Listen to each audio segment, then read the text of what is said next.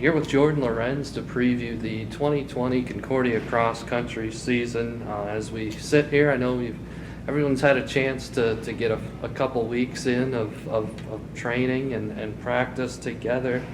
I believe you've been in Seward though anyway, right? Yep. What has your routine been like staying in shape really over the last several months with not having face-to-face classes? Yeah, it's definitely a struggle, especially when you're by yourself back at home.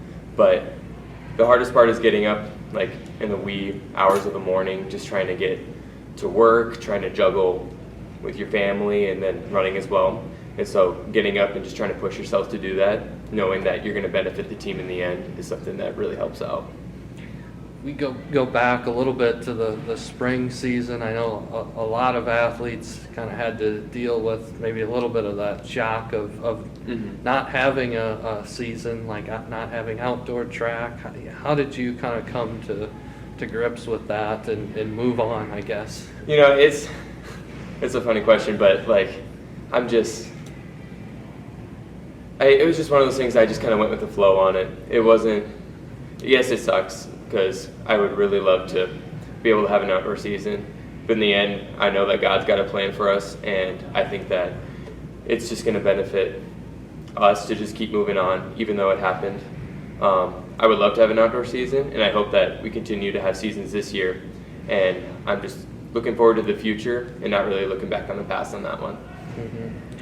In terms of men's cross country, you placed 5th in the GPAC this season, and I think Coach Beisel really believes he's seeing a lot of indications that you're going to improve this year. What are you seeing in that regard? Definitely, there's a lot of freshmen and underclassmen who have come in this year, and they're looking great. I know me being a senior, it's just really cool to see that even after our class leaves, that there's going to be a lot of people who are going to step up to the plate and fill in the shoes of the people who are going to leave. And I'm just excited to see this season happen, just to see where we can go, because I think that we have a lot of potential of going far and across this year. So. You were on the edge, I think, of being in that all GPAC territory for cross country. How does that? Was that something maybe you think about during training when maybe you'd rather be doing something else, but you have to keep kind of pushing through? It's definitely just on the back of my mind. It's like I need to be at the best possible shape I can be in order to benefit the team. Because overall, I'm more focused on the team than I am myself. I would rather see my team succeed, but at the same time, if I do well, then my team does better. So the better I do, the more our team can succeed in that regard. What is that bond like with teammates you run alongside with for 2, 3, and 4 years for the ones that are in the same class as you are? Yeah, it's kind of hard to explain, but we just have this bond. We go out and runs. We go through all this hardship and pain together, but in the end, like, we just find ourselves and we start joking around and we have fun with each other, and we realize we're all in it for a common goal. And so that's really the exciting part of seeing everybody and going to cross-country practice. It might be a grind sometimes, but in the end, we're all going to be doing the same thing, and we're going to be a better family because of it. Well, the women's team had a chance to go to nationals last year. What would it mean if maybe we could send both to nationals and have that experience as a senior? That would definitely be exciting. That's definitely been my goal since I was freshman year, to make it to nationals. And with our team this year, I could see it as a very big potential for us to make it there. And the women's team just as strong too. I think we both have the potential of going there.